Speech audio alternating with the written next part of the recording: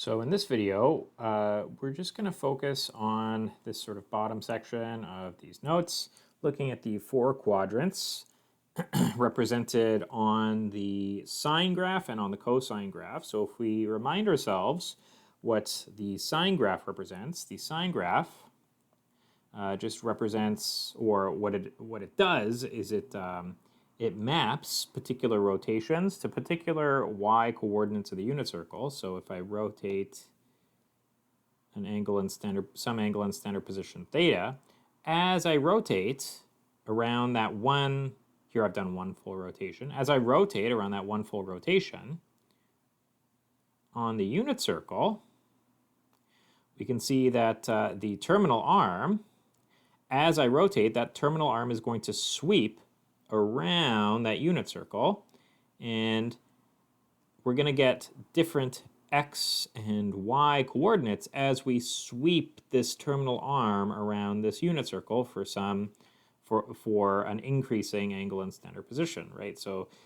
here is an angle in standard position that lands in quadrant 1, so we can get some point with an x and y value. Again, if this is the unit circle, then the x-coordinate is simply the cosine of that angle, and the y-coordinate is simply the sine of that angle. But if we keep rotating, for, let's just scribble out this point, let's say we rotate just 90 degrees or pi over 2 radians, if this is our particular angle, then we can see that we are stopping in between quadrants 1 and 2. So here, if we rotate 90 degrees, we're stopping right at the y-axis. So where is our terminal arm? Our terminal arm is directly in between quadrants 1 and 2, so we could have some point on this unit circle, and this point, this new point, would still be cosine, the x coordinate would still be cosine of that angle. In particular, this would be cosine of pi over 2, or cosine of 90 degrees. They're the same thing. And the y-coordinate would be sine of 90 degrees, or pi over 2 radians. And we can see here on the sine and cosine graphs that we have quadrant 1 values represented here, and quadrant 2 values represented here. And right in between those two quadrants on this sine graph, we have sine of pi over 2. Right? That is the particular value that the sine function gives you right in between quadrants 1 and 2 when we have a 90-degree rotation or a pi over 2 rotation, pi over 2 radian rotation, or any coterminal angle, any angle coterminal to pi over 2. Same thing for cosine, right? For cosine, in between quadrants 1 and 2, we have cosine of pi over 2 right here as our output, and our output should be 0, right? Because our x-coordinate here would be 0. Here, our y-coordinate on our unit circle would be 1. Sine of pi over 2 would just be 1, and so the output for sine is just 1. Here, we have cosine of pi over 2, which should just be 0, because the x-coordinate on your unit circle for a rotation of 90 degrees would just be 0. So hopefully that makes a little bit of sense. We can keep rotating, so let's rotate even more. And now we're all the way through quadrant 2, and we're into quadrant 3. So now we're into quadrant 3, and we can see that for quadrants, in between quadrants 2 and quadrants 3, we have this we have these sine and cosine outputs here.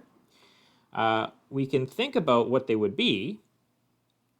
Well, for our unit circle, we know that any particular point on our unit circle has x and y coordinates that correspond to cosine of the angle in standard position. This would just be pi radians. And the sine of the angle in standard position for the y-coordinate, which would just be sine of pi radians.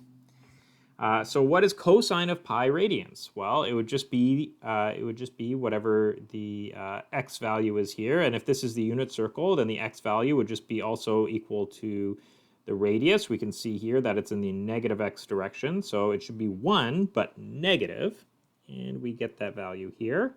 In between quadrants 2 and 3 on the cosine graph, we get an output of -1 because the x-coordinate on our unit circle for a rotation of pi radians or 180 degrees, the x-coordinate would be -1 for where that terminal arm intersects the unit circle. The terminal arm intersects the unit circle also at a y-coordinate. What would the y-coordinate be here? Well, the y-coordinate would be 0, so right here. So here we have 0. Or in other words, this is just sine of pi radians, and this is just cosine of pi radians. So hopefully it's starting to become a little bit clear. It takes a while for it to become intuitive, but hopefully it's starting to become a little bit clear how we can really see the different quadrants of our rotations for angles in standard position, and how the sine function varies in between those quadrants for different angles in standard position that terminate in those quadrants, and how the cosine function would vary as well as we go from quadrant to quadrant to quadrant, rotating our angle in standard position. So let's do 2 more here. We know that if we rotate 3 pi over 2 radians, we would be exactly in between quadrants 3 and 4. That would correspond to this particular location on each graph, right? Here we are in between quadrants 3 and 4. So we're looking at this particular location. That's where our angle is. It's in between quadrants 3 and 4, or in other words, it is at 3 pi over 2 radians, or 270 degrees. And we can think about what the point on the unit circle would be. Well, the x-coordinate would simply be the cosine of that particular angle in standard position, 3 pi over 2. And the y-coordinate would simply be the sine of that angle in standard position, 3 pi over 2. And we can also think about what those values should be. Well, the x-coordinate of this particular point is clearly 0, so the cosine of 3 pi over 2 is clearly 0. So we should get an output of 0 in our cosine graph, which we do, right? We have an output of 0 here. So this is really just the cosine of 3 pi over 2. That's the output value. It's really just 0. And here, for an input of 3 pi over 2, we'll have an output of sine of 3 pi over 2. And what should that give us an output of? Well, we know if this is the unit circle, then the radius is 1, and so we should be a distance of 1 away from the origin, right? We should be a distance of 1 away from the origin here. And in what direction are we? We're in the negative y direction, so it should be -1 as the ultimate output here. So here, it looks like we're at our minimum, and we know our minimum for sine is -1 anyways, so we see that corresponding output. And then finally, if we do our full rotation here, this would be 1 full period, because now we're essentially back at the beginning, and we could just really start over again and add another 360 degrees or another 2 pi radians, and then add another 360 degrees or 2 pi radians. So we could just keep going, right? We could just we could go 360 degrees and then plus 360 and then plus 360, or we could go 2 pi radians and then plus 2 pi and so on. But if we just stop at 1 full rotation or 1 full period, then we are in between quadrants 4 and 1 again. So this would really be quadrant 1 starting again, quadrant 1 starting again. And so we can start to see this sort of periodic nature of these two functions because we again start at 1. And where are we on both of these graphs if we stop right here? Where are we on the corresponding sine and cosine graphs? Well, we would be right here, in between quadrants 4 and 1. And we can try to make sense of those values. Well, what would this particular point on the unit circle be? It would just be cosine. The x-coordinate would just be cosine of your angle, which is just 2 pi radians, or 360 degrees. And the y-coordinate would just be the sine of your angle in standard position, sine of 2 pi radians, or sine of 360 degrees. And what would the x-coordinate be here? Well, we know that the radius of the unit circle is 1, and so we're clearly a distance of 1 from the origin, and we're only moving along the x-axis, so we should just have an x-coordinate of 1 as well. So our x-coordinate should just be 1, and we see that cosine of 2 pi gives us this output of 1 that really makes sense with our corresponding unit circle interpretation here. So we see our maximum value for cosine appearing again here, even though we've already seen it once when we have 0 rotation. Again, that points to the periodic nature of these functions. And what about the y-coordinate? Well, the y-coordinate is really just sine of 2 pi, and we can see here that the y-coordinate of this particular point on the unit circle, it should just be 0. We are not above or below the x-axis. We have 0 height. And so what do we see on our sine graph? Well, we see that for sine of 2 pi, we also get this output of 0. It's because ultimately this function is taken from this behavior of the rotation of some angle in standard position, and the corresponding points that terminal arm would intersect the unit circle.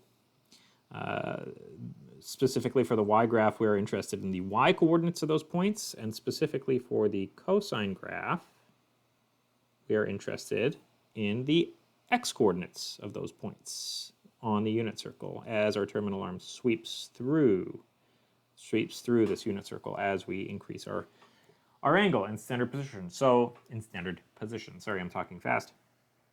So one other thing I want to point you to is to have some kind of an idea of when sine is increasing and when sine is decreasing.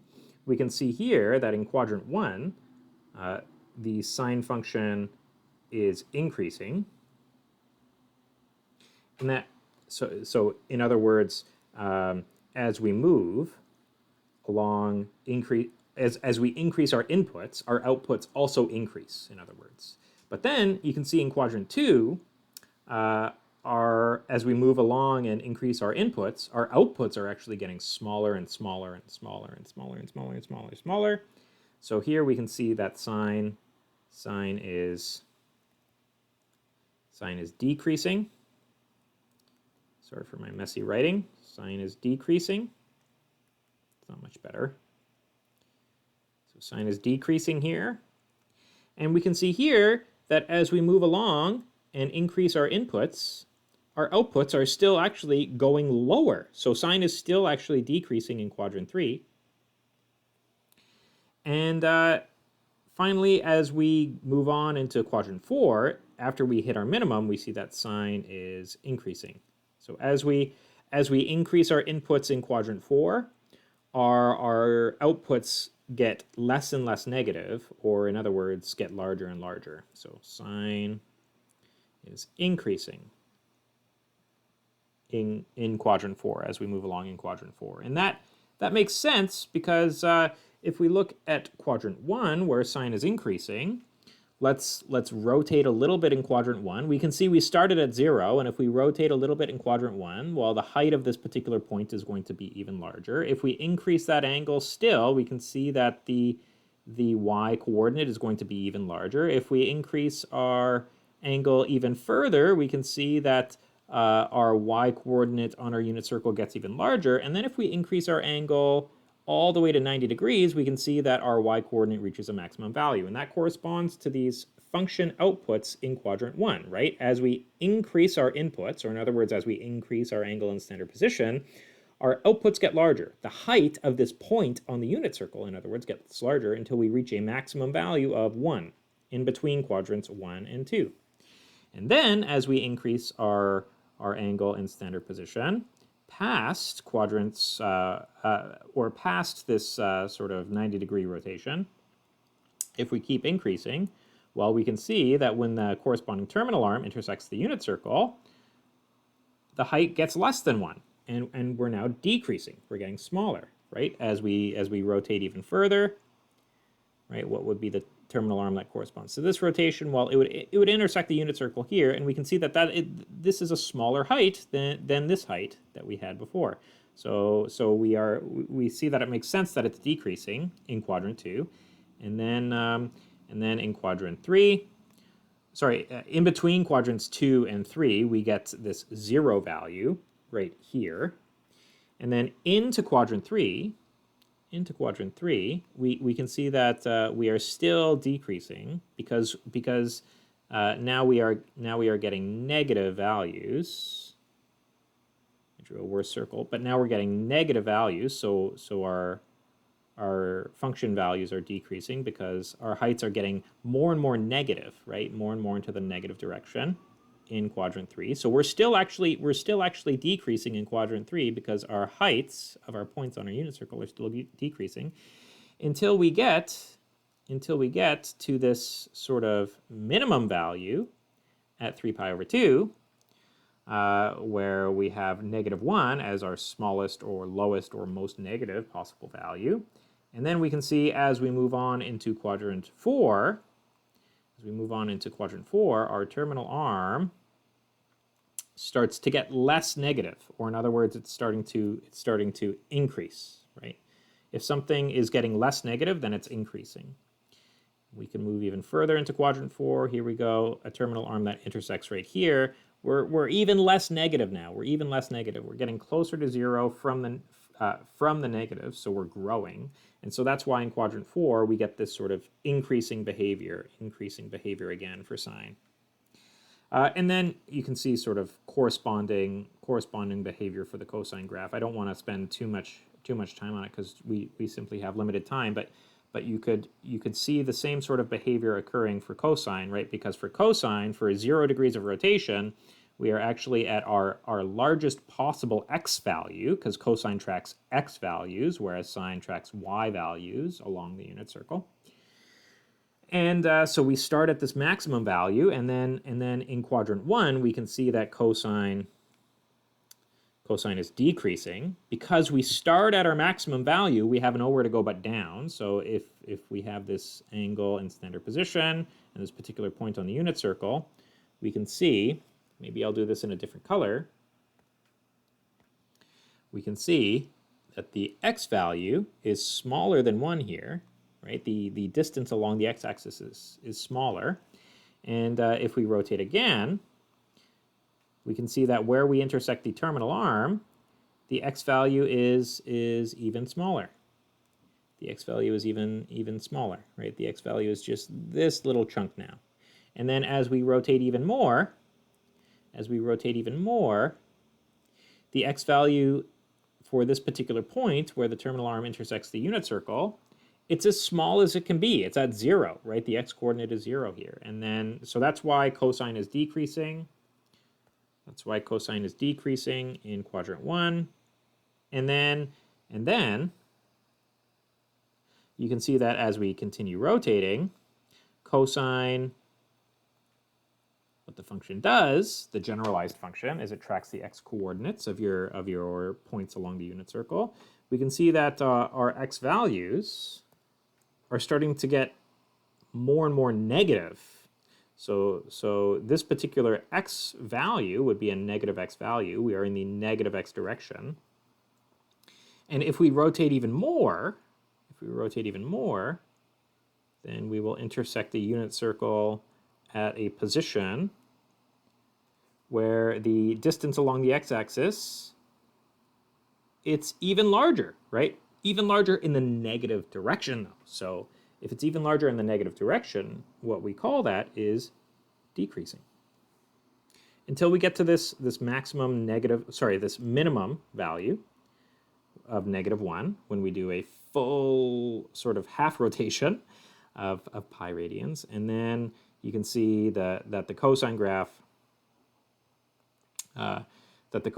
should then become increasing as we move on into quadrant 3, because in quadrant 3, if we have a terminal arm here, this particular terminal arm, if we look and track its corresponding x values, well, we can see that this terminal arm intersects the unit circle at a particular distance away from the origin that is less negative than where it was in between quadrants 3 and 2, right?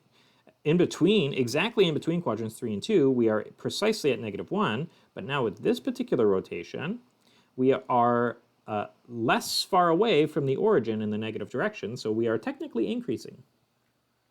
So we can see that our cosine function is increasing in quadrant 3, and it's also increasing in quadrant 4. Cosine is also increasing in quadrant 3 and increasing in quadrant 4. So hopefully, and I'll just do one example in quadrant 4, as we move along, and as we hit this point exactly in between quadrants 3 and 4, we can see our x value is 0 again, and then as we move along into quadrant 4, we can see that wherever our terminal arm intersects the unit circle, that's going to be a growing x-coordinate. As we increase our angle, the x-coordinate values of those intersections will grow, right?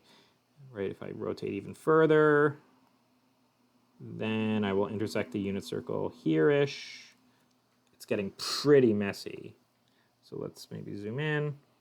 So here is where I intersected for this particular terminal arm of this particular angle in standard position. And we can see as we increase that angle, we now have an even larger